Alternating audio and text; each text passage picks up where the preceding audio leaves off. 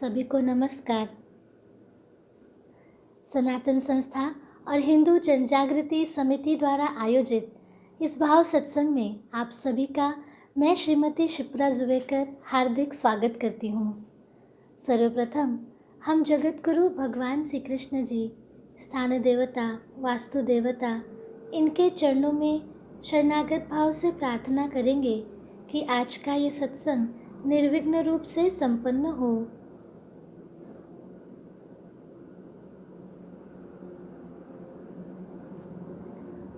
विघ्नहर्ता भगवान श्री गणेश जी, इनके चरणों में अब श्लोक वंदन करेंगे।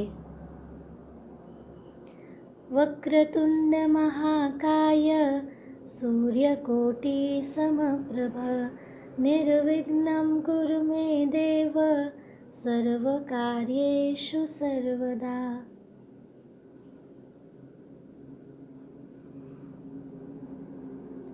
अभी तक हमने सत्संगों में जाना कि परमेश्वर के प्रति निरंतर आभार व्यक्त होते रहने से हमारा कृतज्ञता भाव जागृत होता है। कृतज्ञता भाव जागृत होने से हम में विनम्रता बढ़ती है, भगवान के प्रति श्रद्धा बढ़ती है और कृतज्ञता बढ़ने से भगवान द्वारा रचित संपूर्ण सृष्टि के प्रति मन में आदर भाव, आभार ये व्यक्त होता है। संपूर्ण सृष्टि के प्रति ही मन में भाव निर्माण होने लगता है। मन सकारात्मक रहता है और आनंदी रहता है। सब कुछ ईश्वर की इच्छा से ही हो रहा है और सब ईश्वर ही करने वाले हैं। ऐसे भाव निर्माण होकर मन निश्चिंत रहता है। कृतज्ञता एक दिव्य प्रकाश है जो हमारे चक्षुओं को वो ज्योति प्रदान करता है जिससे हमें ईश्वर के उपकारों को देख पाना सहज सरल होता है। जब हम कृतज्ञता के प्रकाश में भगवान द्वारा किए जा रहे उपकारों को देख पाते हैं, तब हमारा मन निरंतर भगवान के प्रति कृतज्ञ रहता है। यदि कृतज्ञता न होती तो हमें भगवान द्वारा किए जा रहे उपकार ये ज्ञात ही नहीं हो पाते और हम अंधकार में जीवन ही जीते। परंतु ये भगवान की ही कृपा है कि हम उनके प्रति आभार व्यक्त करना सीख रहे हैं, कृतज्ञता व्यक्त करना सीख रहे हैं। आज हम देखेंगे कि कृतज्ञता के समान ही भाव जागृति के लिए और एक महत्वपूर्ण गुण है, वो है शरणागति। और इसका महत्व क्या है वो जानकर लेंगे। शरणागति का महत्व जानने से पहले आइए जगत गुरु भगवान श्री कृष्ण जी के ही चरणों में हम शरणागत होकर प्रार्थना करते हैं। हे भगवान श्री कृष्ण, आपकी ही दया से, आपकी ही कृपा से इस सत्संग में हम सभी उपस्थित हो पा रहे हैं। आपके उपकार ये जानने के लिए आपने ही हम में कृतज्ञता भाव जागृत करने के लिए ये सत्संग में सूत्र सिखाए हैं। हे भगवान श्री कृष्ण, आप जो भी सिखा रहे हैं वह हमारे अंतःकरण तक जाए और हमें कृतज्ञता का संस्कार निर्माण हो। हे श्री कृष्णा, आज शरणागति के विषय में जो आप हमें अमृत ज्ञान देंगे वह हम ग्रहण कर पाएँ, यही आपके चरणों में प्रार्थना है।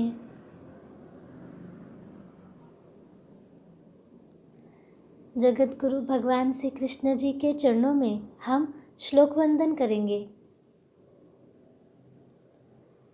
कृष्णाय वासुदेवाय हरये परमात्मने प्रणतक्लेशनाशाय गोविन्दाय नमो नमः। वसुदेवसुतं देवं कंसचाणूरमर्दनं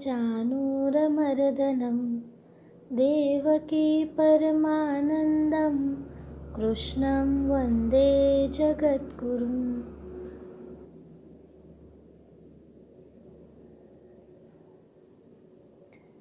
शरणागत के हृदय में भगवान का घर होता है।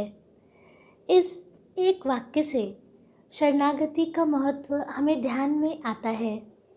इसका अर्थ है कि जो मनुष्य भगवान पर दृढ़ श्रद्धा रखकर सतत भगवान के ही ध्यान में रहता है, उनके चरणों में शरणागत रहता है, उसके हृदय में साक्षात भगवान का ही वास होता है।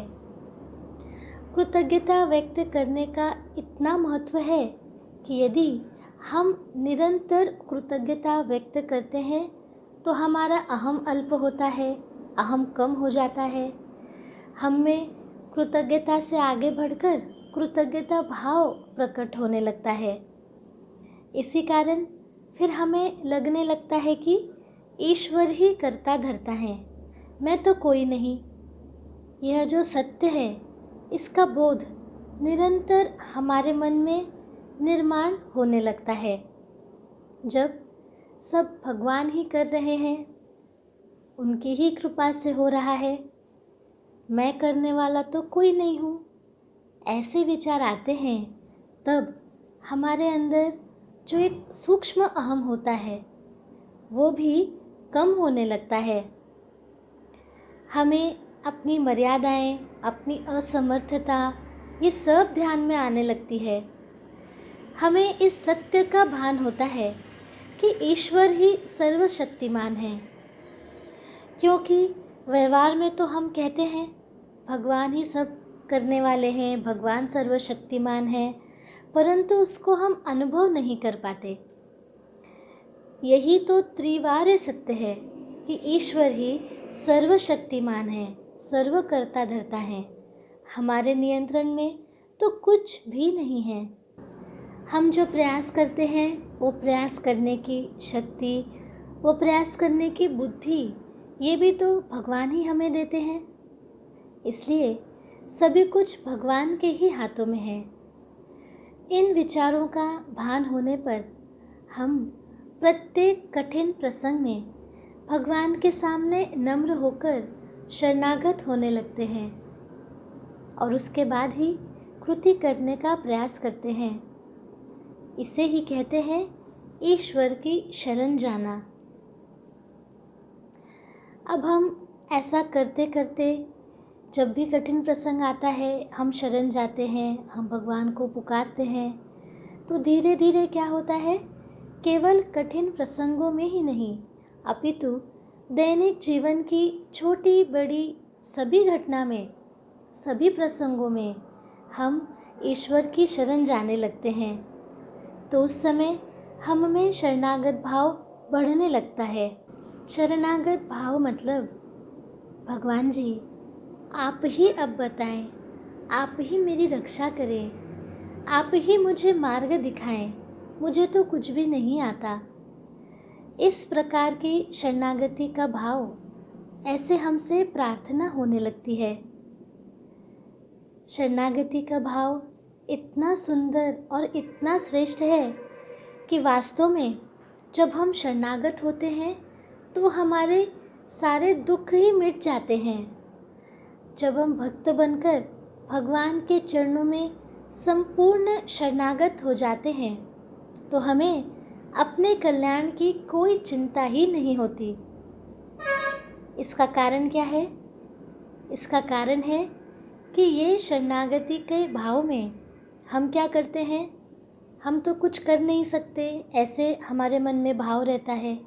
तब हम हमारा जो बल है, बुद्धि है, इसका हम किंचित मात्र भी आश्रय नहीं लेते, इन पर हम निर्भर ही नहीं रहते। हम क्या करते हैं, अपना बल, बुद्धि, अपनी क्षमता, ये सब भी तो भगवान ने ही दिया है। हम भगवान के ही चरणों में अपना सब कुछ अर्पण कर देते हैं। तब निश्चित रूप से भगवान की कृपा हम पर होती ही है और भगवान ही हमारा कल्याण कर देते हैं। क्योंकि वास्तव भी यही है, क्या हम अपना कल्याण खुद कर सकते हैं? संभव ही नहीं है। हमारे हाथ में तो केवल प्रयास करना इतना ही है, और ये प्रयास भी यदि शरणागत भाव से करते हैं तो ईश्वर की कृपा तो सतत मिलती ही रहती है। शरणागतों का उद्धार करने हेतु भगवान श्री कृष्ण कितने तत्पर रहते हैं, ये हम एक सुंदर से प्रसंग से समझ लेते हैं।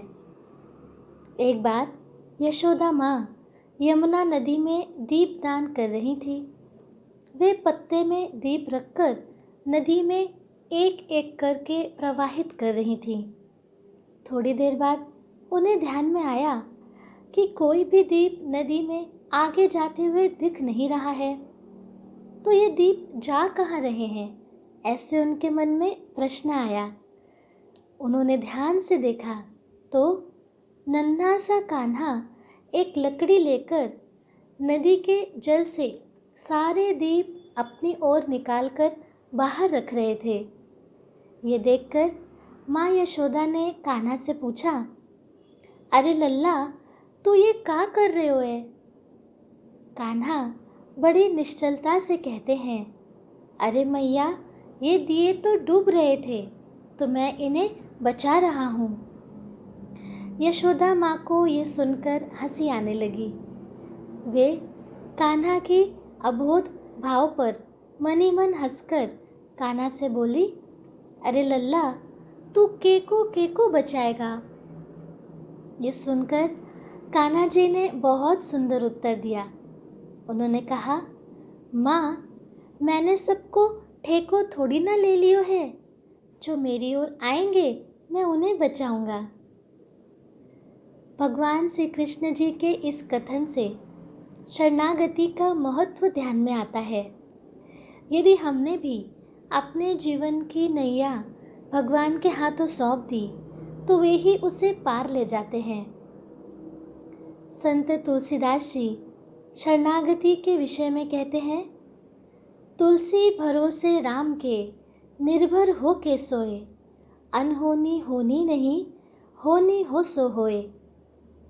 इसका अर्थ है, संत तुलसीदास जी कहते हैं कि भगवान राम पर संपूर्ण श्रद्धा रखकर, भरोसा रखकर हमें निर्भय होकर सो जाना चाहिए, क्योंकि जो होने वाला है वो होकर ही रहेगा, और जो नहीं होने वाला है वो कभी नहीं होगा। तो फिर चिंता किस बात की है? हमें अपने जीवन में चिंता जो होती है कि ऐसा होना चाहिए, वैसा होना चाहिए, वैसा हो गया तो क्या होगा, असंख्य विचार रहते हैं, इतनी चिंताएं रहती हैं। वास्तव में देखें तो चिंताएं करने से कुछ होता है क्या? हमने चिंता की, बहुत चिंता की, और समस्या आने वाली थी वो टल गई, ऐसे होता है क्या? नहीं होता। यानी चिंता करना व्यर्थ ही होता है। जो होना है वो तो होकर रहेगा। यदि बस हम भगवान की शरण में जाते हैं तो वे निश्चित रूप से हमारी रक्षा करते हैं, हमें मार्ग दिखाते हैं। इसीलिए कहा गया है, जिंदगी की डोर सौंप हाथ दीनानाथ के, महलों में राखे चाहे झोपड़ी में वास दे। इसका अर्थ है, हमें अपनी जीवन की डोर भगवान जी के हाथों में सौंप देनी चाहिए।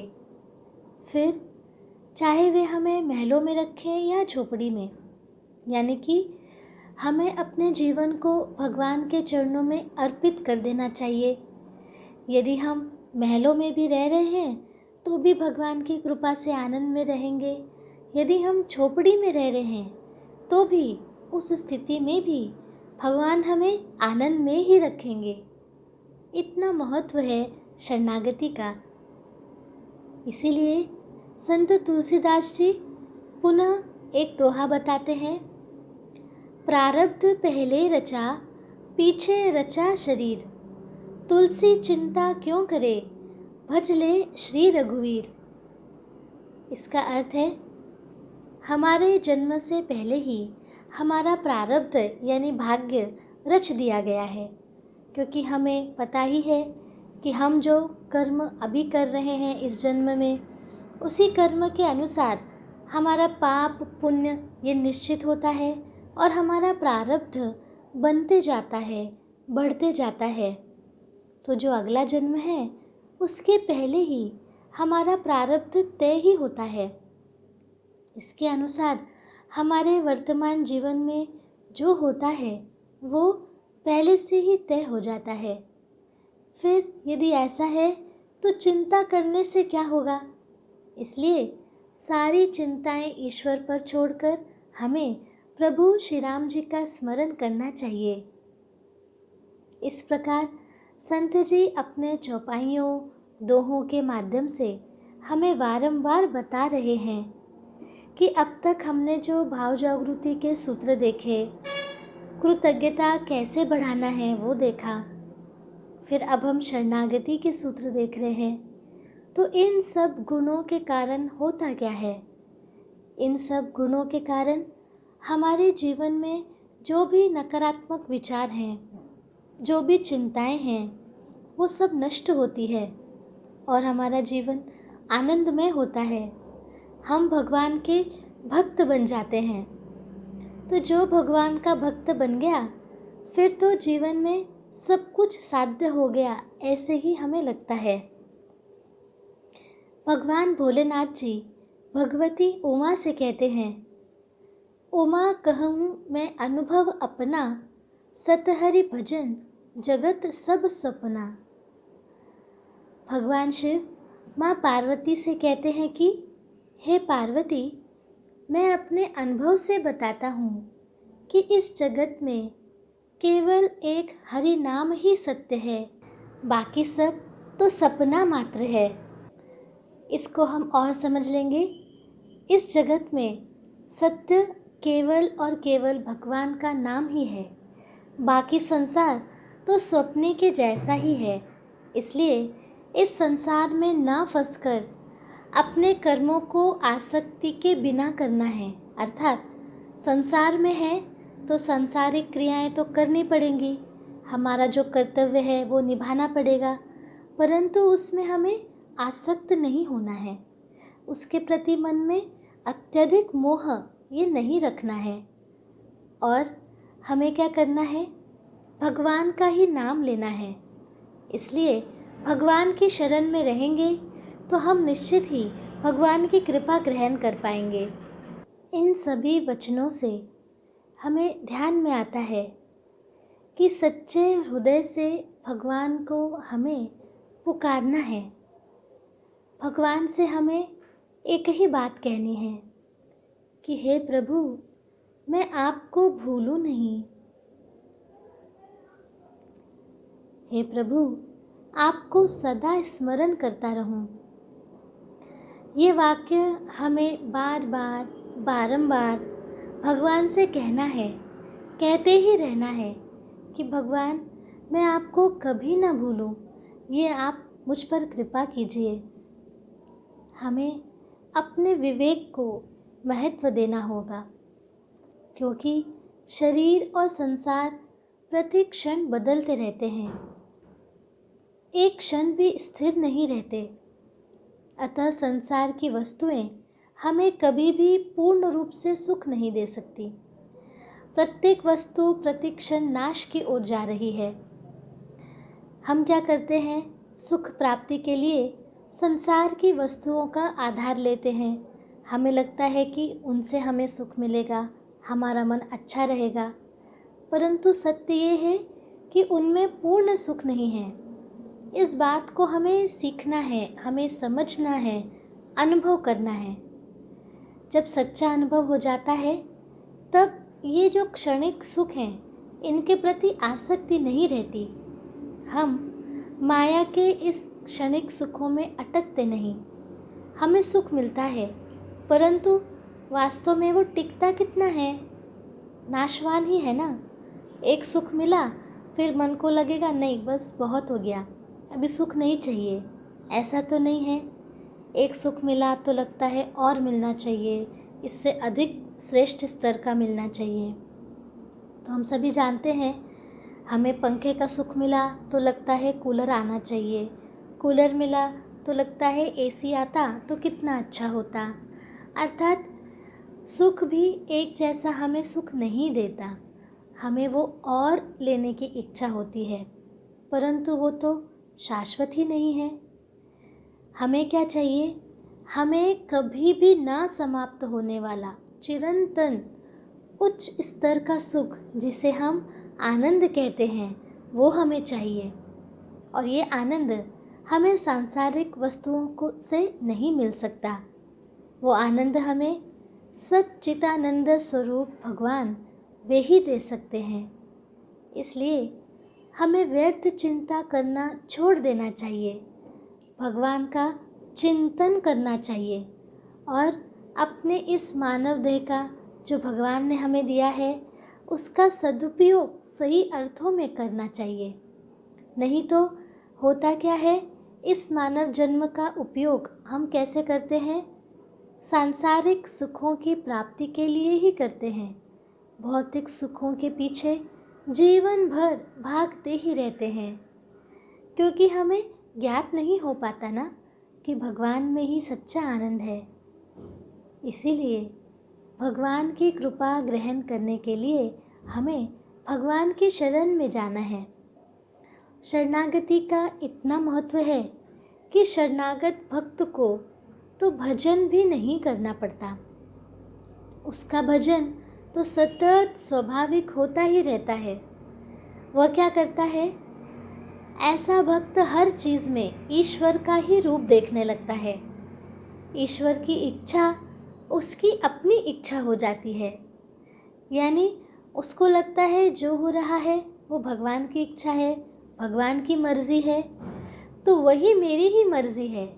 और वो उसे इतने आनंद से स्वीकारता है कि फिर दुख का तो लवलेश भी नहीं रहता। श्रीमद् भगवत में शरणागति रहस्य में एक विशिष्ट तथ्य ये आता है कि जो प्रेमी भक्त भगवान के चरणों का अनन्य भाव से भजन करता है, तो मान लीजिए उस भक्त के कारण बिना जाने अचानक ही कोई पाप कर्म हो जाए, तो उसके हृदय में विराजमान परम पुरुष भगवान श्री हरि उसे सर्वथा नष्ट कर देते हैं, अर्थात उस पाप को वे नष्ट कर देते हैं। गीता में भगवान जी कहते हैं, शरणागति की अत्यंत दुर्लभ स्थिति के बारे में वे बताते हैं कि बहुनाम जन्मनाम अन्ते ज्ञानवान्मा प्रपद्यते वासुदेवः सर्वमिति स महात्मा सुदुर्लभः।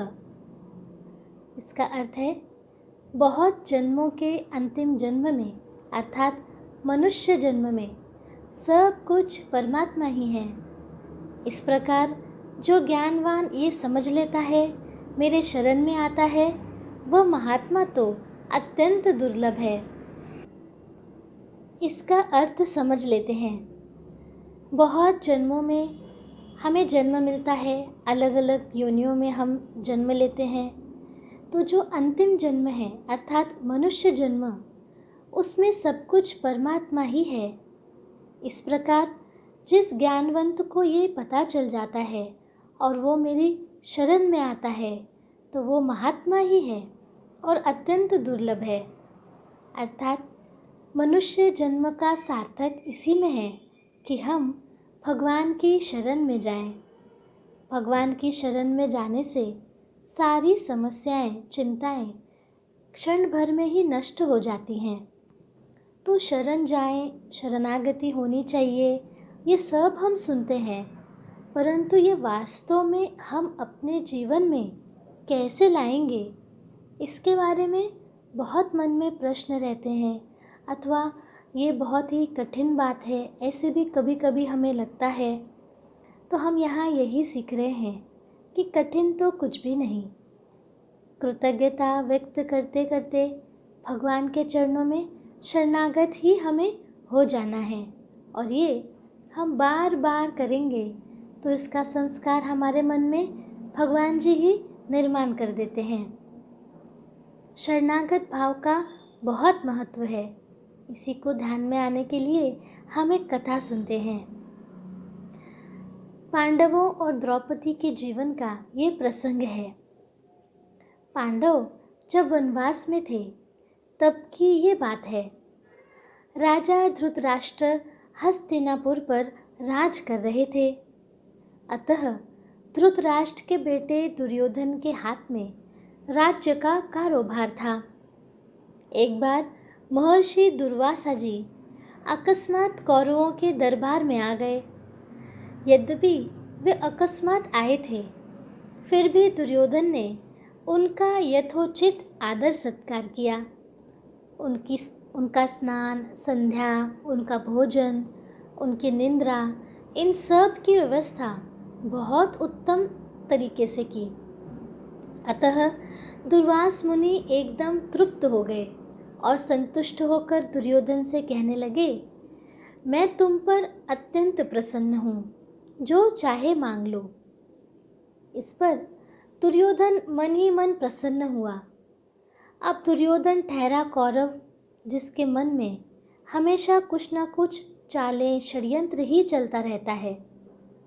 उसने पांडवों को मुंह के बल गिराने हेतु इस संधि का लाभ लेना चाहिए, ऐसा निश्चय किया और दिखावा से, झूठी नम्रता से उसने दुर्वास मुनि से कहा, मुनिवर, मैंने यथाशक्ति आपका आदर सत्कार किया है, उससे आप संतुष्ट हो गए हैं, ये मेरे लिए बड़े आनंद की बात है तथा इससे मेरा पुण्य भी बढ़ेगा, ये विशेष महत्वपूर्ण है।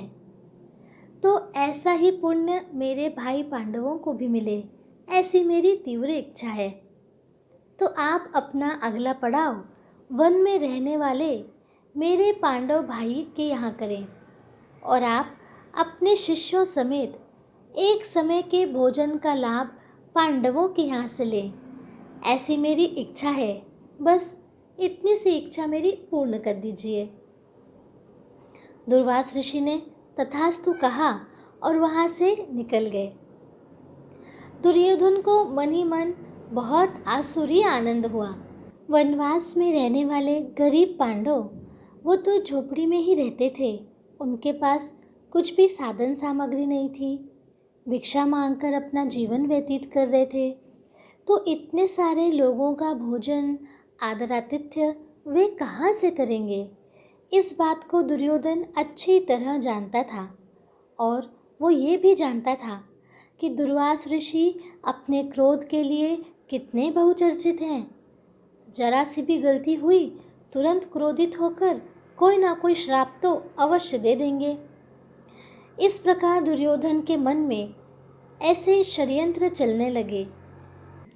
तो दूसरे दिन दुर्वास ऋषि एवं उनके बहुत सारे शिष्यगण जब पांडवों की पर्णकुटी पर पहुँचे, तब दोपहर के भोजन का समय तो निकल चुका था।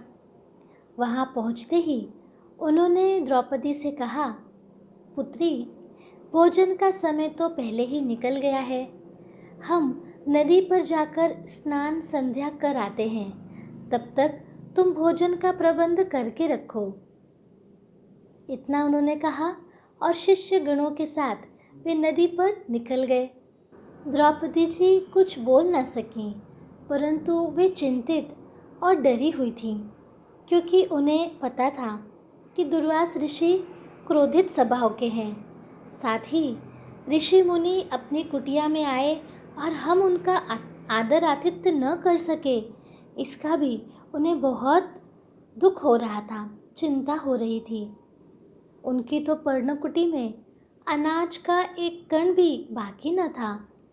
ऐसी स्थिति में शिष्यों के साथ आए दुर्वास ऋषि की भोजन की व्यवस्था मैं कहाँ से करूँ, कैसे करूँ, इसकी चिंता उन्हें सताने लगी। अंत में उन्होंने भगवान श्री कृष्ण को आर्तता से पुकारा। इस संकट में हमें बस श्री कृष्ण ही सहायता कर सकते हैं, ये बात उन्हें भली भांति पता थी। आश्चर्य की बात यह हुई कि साक्षात भगवान श्री कृष्ण द्रौपदी जी की आर्त पुकार सुनकर वहाँ प्रकट हो गए और उन्होंने द्रौपदी जी से भोजन की मांग की।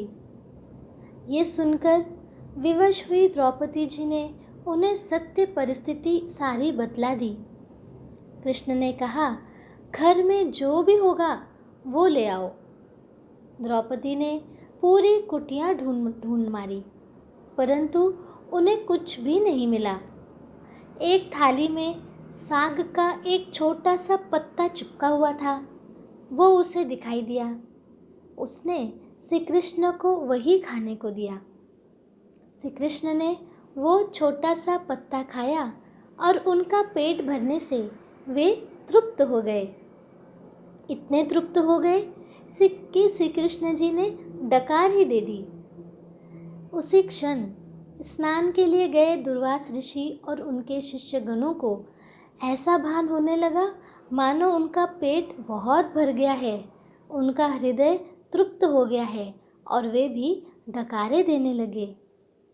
अतः पांडवों के यहाँ वापस आने का विचार स्थगित करके वे आगे की यात्रा पर निकल गए। द्रौपदी जी ने श्री कृष्ण जी की सहायता से संकट पर मात करी। इससे हमें शरणागति का महत्व ध्यान में आता है कि शरण आए भक्त की सहायता के लिए भगवान तो तुरंत दौड़े चले आते हैं। केवल एक भगवान की शरण होने का तात्पर्य है कि जब हम भगवान की शरण हो जाते हैं, उनके चरणों का सहारा ले लेते हैं, तो संपूर्ण प्राणियों से, विघ्न बाधाओं से हम निर्भय हो जाते हैं। हमें कोई भी भयभीत नहीं कर सकता और कोई भी हमारा कुछ बिगाड़ भी नहीं सकता। इस बात को तो हमने भक्त प्रहलाद, बालक ध्रुव, इनके माध्यम से समझा ही है कि कैसे अत्यंत शरणागत होने पर भगवान ने उनकी हर प्रसंग में सहायता की। तो अब हम और एक कथा के माध्यम से शरणागति का महत्व क्या है वो देखते हैं। एक बार एक प्रज्ञा चक्षु संत अर्थात नेत्रहीन संत हाथ में लाठी पकड़े हुए यमुना नदी के किनारे किनारे चल रहे थे। तभी अचानक यमुना नदी में बहुत बड़ी बाढ़ आ गई। जो यमुना नदी के किनारे थे वे टूट टूट कर पानी में बहने लगे। तो संत जी भी पानी में गिर पड़े, हाथ से लाठी छूट गई। अब उनको दिखता तो था नहीं, तो तैरें तो कहाँ तैरें, ऐसे उनके सामने संकट खड़ा हो गया।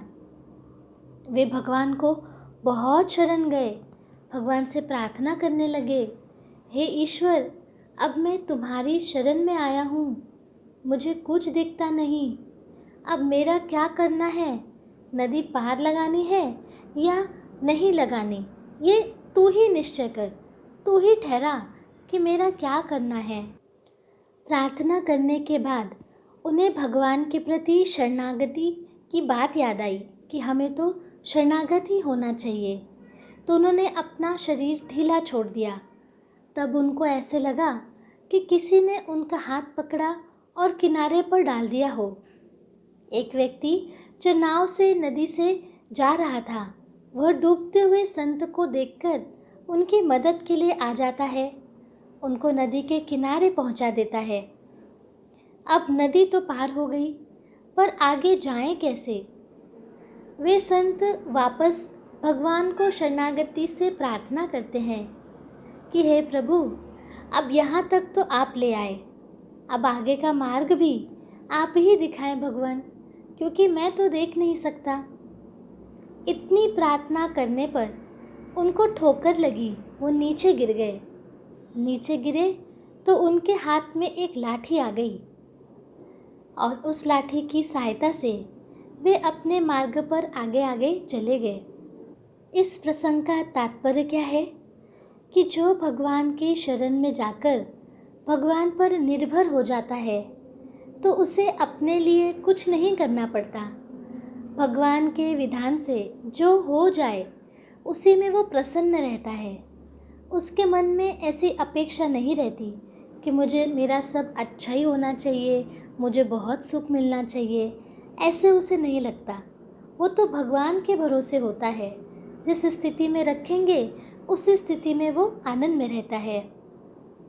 अब जिस शरणागति का इतना महत्व है, वो शरणागति का भाव हमारे अंदर भी उत्पन्न होना चाहिए, हमें भी उसका लाभ मिलना चाहिए। तो इसके लिए हमें बहुत प्रयास करने हैं।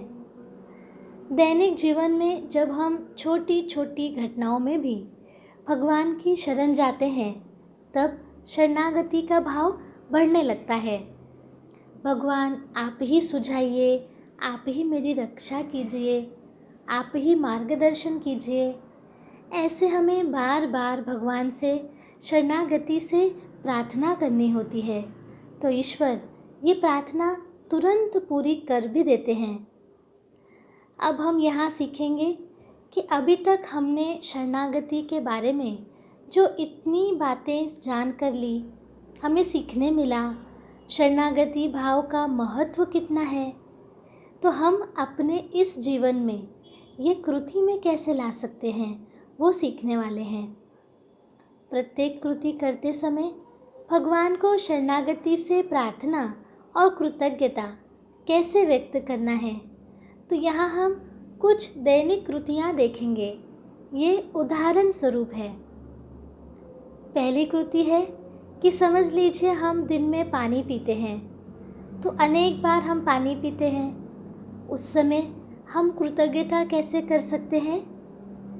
हे ईश्वर, यह परम पवित्र जल आपकी कृपा से हमें मिल रहा है। हम आपके चरणों में कृतज्ञ हैं। और आगे ये जल मिलने के लिए शरणागति से प्रार्थना कैसे करनी है, वो जान लेते हैं।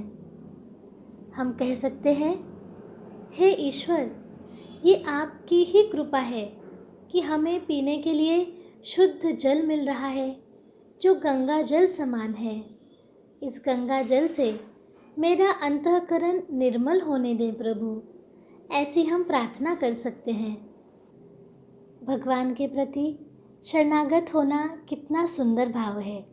ये भाव हम में भी सहजता से निर्माण हो सकता है, बस हमें प्रयत्न बहुत करने होंगे। तो आपको लगेगा कि अब अलग से क्या प्रयत्न करें, तो ऐसे नहीं है। ईश्वर इतने दयालु हैं कि वे हमें बार बार यही सिखा रहे हैं कि हम जो कृति कर रहे हैं, बस उस कृति को भगवान की जोड़ देनी है। उसी से हमारे अंदर ये सारे दैवीय गुण आने लगेंगे। तो पानी पीने की कृति हमने देखी। अब हम देखते हैं घर के हम अन्य काम करते हैं, स्वच्छता करते हैं, तब कैसे भाव रखें। स्वच्छता करते समय कृतज्ञता कर सकते हैं कि हे भगवान, आपकी कृपा से ये आश्रय हमें मिला है। इस वास्तु में हम अत्यंत सुरक्षित हैं। आपने जो ये छत्र छाया हमें दी है, उसके लिए हम आपके चरणों में कृतज्ञ हैं। स्वच्छता करते समय शरणागति से हम प्रार्थना कर सकते हैं कि हे ईश्वर, मुझे तो कुछ भी नहीं आता, आप ही मुझे योग्य बुद्धि देकर ये स्वच्छता की सेवा करवा लीजिए। आप ही मुझे कैसे करना है ये सुझाइए। यह आपको कार्य भले ही छोटा लगे कि अरे झाड़ू ही तो लगाना है, इसमें क्या बड़ी बात है, परंतु इस कार्य को भी जब हम भगवान की जोड़ दे देते हैं, तब हमारे मन में शरणागति का संस्कार निर्माण होने लगता है। हम कभी कभी समाचार, टीवी इत्यादि भी देखते हैं, तब हम कृतज्ञता और शरणागति से प्रार्थना कैसे कर सकते हैं, वो देखते हैं। हम कृतज्ञता कर सकते हैं कि हे ईश्वर, आपकी कृपा से ही हमें ये सभी समाचार सुनने को मिल रहे हैं। हमें उस दृष्टि से जो आवश्यक है वह सावधानी रखना सिखाएं, हमारा मन सकारात्मक रखें। ऐसी हम प्रार्थना कर सकते हैं। शरणागति से हम भगवान को उस समय क्या बोलेंगे, वो देखते हैं। हम कहेंगे, हे ईश्वर, इन समाचारों का नकारात्मक परिणाम मुझ पर ना हो। ये समाचार देखते समय मुझे साधना की गंभीरता समझ में आने दे तथा मुझसे साधना के प्रयत्न बढ़ने दे। इसलिए मैं आपके चरणों में शरणागत हूँ। चिंता, भय, तनाव इत्यादि में न अटकते हुए हमें आपके नाम में ही मग्न रहने दें, ऐसी आपके चरणों में प्रार्थना है। इस प्रकार यदि हम भगवान से शरणागति से प्रार्थना करते हैं तो हमें समाज में हो रही जो विभिन्न घटनाएं हैं उसका हमें इतना प्रभाव नहीं पड़ता। हमारा मन सकारात्मक रहता है और हमें इन घटनाओं में योग्य दृष्टिकोण क्या रखना है ये हमें सीखने मिलता है। अब हम देखते हैं कि रात में सोते समय हम भगवान से कृतज्ञता और शरणागति कैसे करें, क्योंकि हमने पहले के सत्संगों में देखा ही है कि रात को सोने से पहले, सुबह उठने के बाद, नहाते समय, खाना बनाते समय हम भगवान को अनुभव कैसे करें, प्रार्थना कैसे करें, वो सीखा है। तो आज हम सीखेंगे कि सोते समय हम कृतज्ञता कैसे करें। सोते समय हम भगवान से कह सकते हैं, हे ईश्वर, आपकी कृपा से मैं दिन भर प्रत्येक कार्य कर सकी, इसलिए मैं आपके चरणों में कृतज्ञ हूँ। कल के दिन का आरंभ ये करने से पहले आप मुझे आपके चरणों में विश्रांति लेने की संधि दे रहे हैं, इसके लिए भी मैं आपके चरणों में कृतज्ञ हूँ। अब हम शरणागति से भी प्रार्थना कर सकते हैं। हे भगवान, हे निंद्रा देवी, आपकी कृपा से मुझे शांत नींद आने दें। आपकी कृपा का संरक्षण कवच मेरे चारों ओर सतत बनाए रखें और सोते समय भी मन में नाम जप सतत आरंभ होने दें। हे देवी, सोते समय तो मेरा मन और मेरा शरीर मेरे नियंत्रण में, मेरे बस में नहीं होता है, इसलिए मैं आपकी शरण में हूँ। आप ही मैं सोते समय मेरी रक्षा कीजिए, यही आपके चरणों में प्रार्थना है। इस प्रकार भगवान ने हमें दिया हुआ शरणागति का ये सुंदर पुष्प अपने जीवन में हम कैसे उतारें, कैसे उससे सीखें, इसलिए ये कुछ उदाहरण हमने देखे। तो आज से हम सभी प्रयास करेंगे कि जीवन की छोटी मोटी सारी कृतियाँ करते समय हम भगवान के चरणों में शरणागत हों, उनको पुकारें, उनसे कहें कि हे नाथ, मैं आपको भूलूं नहीं। हे प्रभु, मुझे कुछ नहीं आता, आप ही करवा लीजिए। और ऐसी प्रार्थनाएं अधिक से अधिक हम करते रहेंगे। बस इन्हीं प्रार्थनाओं के कारण, भगवान के स्मरण के कारण हम में भी शरणागत भाव भगवान अवश्य निर्माण करेंगे। तो चलिए हम सभी अब कृति भी करेंगे।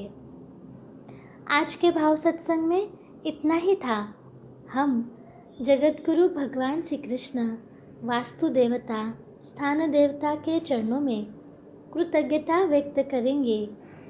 हे श्री कृष्ण, हे स्थान देवता, वास्तु देवता, हम आपके चरणों में कृतज्ञ हैं। आपने जो हमें शरणागति का विषय बताया, कृतज्ञता भाव का विषय बताया, अनेक कथाओं के माध्यम से शरणागति का महत्व हमारे मन को समझाया, आपकी इस कृपा के लिए हम कृतज्ञ हैं। अब आने वाले दिनों में आप ही हमसे शरणागत रहने के प्रयत्न करवा लें, ऐसी आपके चरणों में प्रार्थना है।